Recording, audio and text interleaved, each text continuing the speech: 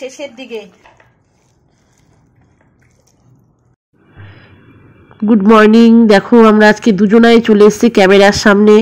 তো তোমরা কেমন আছো? নিশ্চয়ই ভালো আছো, আমরাও ভালো আছি তোমাদের ভালোবাসায়, তোমাদের আশীর্বাদে। তো সকালবেলা ব্রেকফাস্ট সেরে সমস্ত কাজকর্ম সেরে চলে যাচ্ছি আমরা বাজারের উদ্দেশ্যে, কারণ ঘরে সবজি মাছ কিছুই নেই, পেটে তো দিতে হবে।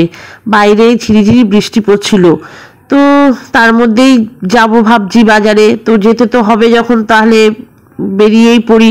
তো যাই হোক, এখন বৃষ্টিটা কমেছে, তো বাবু খেয়ে দিয়ে চলে গেছে পড়তে, আমি আর তোমার দাদা যাচ্ছি বাজারে, আর টোটন বাড়িতেই রয়েছে।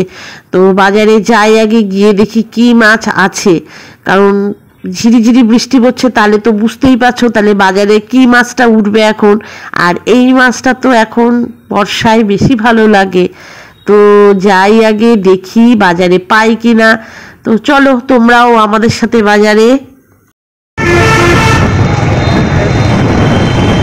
বেরিয়ে পড়লাম আমরা।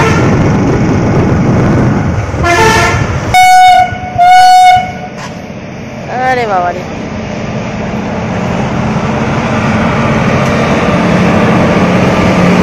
ও ট্রেন দাঁড়াও, কোথায় যাবা? কৃষ্ণনগর, মায়াপুর, মালগাড়ি যাচ্ছে।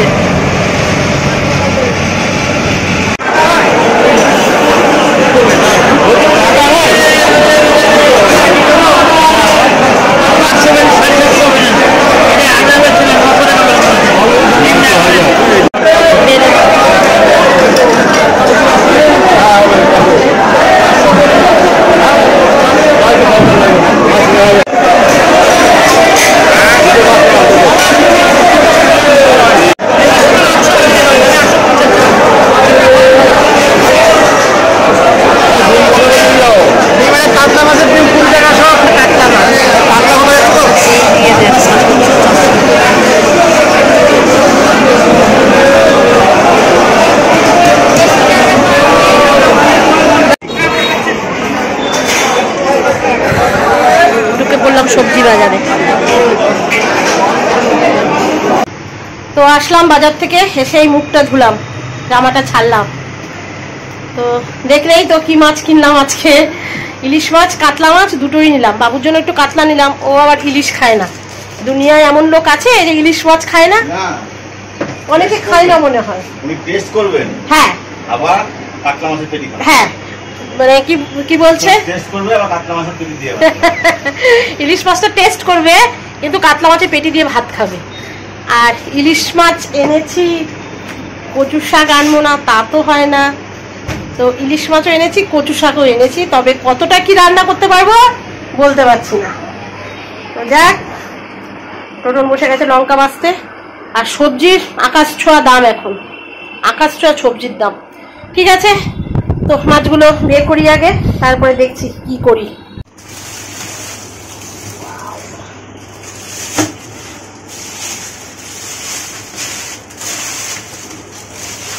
দেখো একদম সুন্দর মাছ।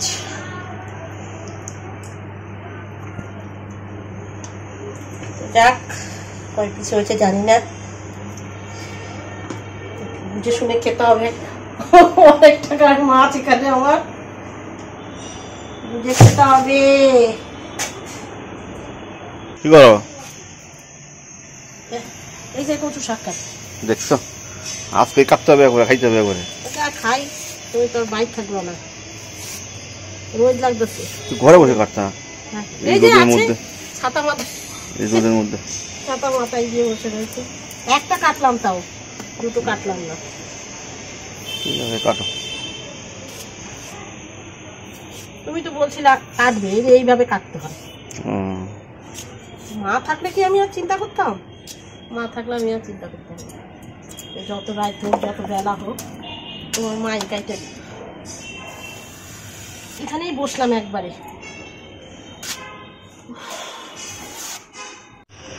তো কচু শাক কাটা হয়ে গেছে, আর এই যে হবে ইলিশ ভাপা। আচ্ছা, এর মধ্যে বাবুর জন্য কাতলা মাছ নিয়েছি 2 পিস, আর ওর তলায় এর তলায় ইলিশ মাছের মাথা একটা দিয়ে করব আজকে, আর একটা রয়েছে যা দিয়ে খাবে। এই যে কচু শাক আর মাছের তেল ভাজবো, এটার মধ্যেও কচু শাক একটু সেদ্ধ করেই রেখে দিই বেশি করে, আর একটা কচু শাক রয়ে গেছে। তো চলো আগে রান্না করি। আর এই যে পোস্ত, সর্ষে পোস্ত না, এটা সর্ষে, সাদা সর্ষে আর কালো সর্ষে, প্যাকেটগুলো খুলে নিয়ে এইভাবেই রয়েছে জেকের। তো রান্না করে নিই আগে। দিতে দিতে এখন এই পর্যন্ত আসলো, কতটা নিচে নেমে যাবে পরে দেখো। তো আর এর মধ্যে নিয়ে নিয়েছি সাদা সর্ষে, কালো সর্ষে আর পোস্ত। এটা আগে শুকনো সেতে আগে মানে মিক্সার গুঁড়িয়ে নিই, আগে জল দেবো না, আগে শুকনো গুঁড়িয়ে নিই, তারপরে কাঁচা লঙ্কা নুন দেব। তো এদিকে ভাতের জল বসিয়েছি, আর এইদিকে দেখো আমার ইলিশ ভাপা প্রায় শেষের দিকে। তো আমি এটা তোমাদেরকে মানে ইসেতে দিয়ে দেবো, রেসিপিতে দিয়ে দেবো, তোমরা দেখে নিও। আর এইদিকে আমার কচু শাক সেদ্ধ হয়ে গেছে, দেখো কচু কেটে কচু সেদ্ধ হয়ে গেছে। তো করতে থাকি এবার বাদ বাকি কাজটুকু। এটা রান্না হচ্ছে ইলিশ মাছের যে তেলটুকু ছিল এটা দিয়ে একটু পেঁয়াজ দিয়ে ভাজা ভাজা করলাম। এটা বাবুও খুব ভালো খায়, তোমার দাদাও ভীষণ ভালো খায়। মাছের তেল আমরা খাই, আর এইদিকে ও যদি না খায় তার জন্য এইদিকে 2 পিস কাতলা মাছ রেখেছি, একটু ভেজে দেবো। একটু হলুদ দিয়েছি, নুন দিয়েছি আর জিরের গুঁড়ো। রান্না বান্না হয়ে গেছে, সব গুছানো হয়ে গেছে, দাদা পুজো দিচ্ছে সবাই মিলে। আর বাইরে দেখো দেখো মেঘ মেঘ হয়ে রয়েছে, দেখেছো আজকে রোদই ওঠেনি, মেঘ মেঘ, কিন্তু গরম লাগছে। চলো ঘরে যাই এবার। ভাত বাড়ছি এখন, সবাই খেতে বসবো। এই যে দেখলেই তো কি কি রান্না করলাম, কচু শাক করেছি, মাছ ভেজেছি, মাছের তেল, ইলিশ মাছের তেল, আর এটা হচ্ছে ইলিশ মাছ, সর্ষে ইলিশ। হ্যাঁ, তো খাওয়া দাওয়া করে নিই আমরা সব আস্তে আস্তে বাড়ি একটু একটু করে।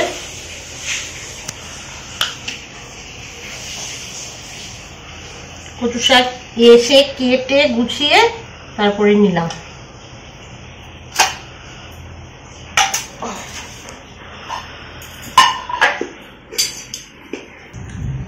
তো বাবুকে দিয়েছি খেতে, খেয়ে বলুক কেমন কচু শাক।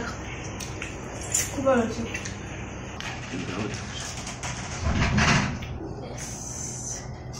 খেয়ে দেখো এরকম হয়েছে। বাবু খাবি তো? কাকাকে দেবো। আমার মাছটা বলো আগে। সেইরকম না, দারুণ। সেই রকম মাছ খুলে পড়ে আছে যখন তো টেস্ট।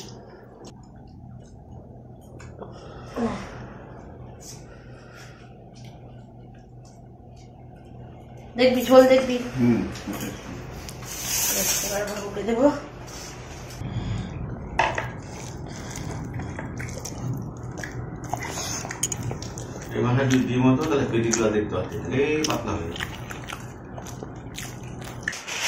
কালকে আর ব্লগটা শেষ করতে পারলাম না, কালকে খাওয়া দাওয়ার পর মানে শরীরটা একটু খারাপ ছিল, তার জন্য আর ক্যামেরাও হাতে নিলাম না। যাই হোক ব্লগটাও শেষ করতে পারলাম না, দুপুর পর্যন্তই করেছিলাম, তাহলে ব্লগটা শেষ করার দরকার, তাই এখন করছি। তো ব্লগটা ওই পর্যন্তই থাকলো। তো সবাই ভালো থেকো, সুস্থ থেকো। আর কোথায় যাচ্ছি, কেন যাচ্ছি, পরে তোমাদেরকে বলবো। সকালবেলা রেডি হয়েছি, দেখতেই পাচ্ছ, সকালবেলা রেডি হয়ে বেরোচ্ছি। আর বাবুকে দেখা যাচ্ছে, ওই যে বাবু বসে রয়েছে, বাবুও রেডি হয়েছে। তো চলো, কেন যাচ্ছি তোমাদেরকে ডিটেলস সব বলবো। তো টাটা।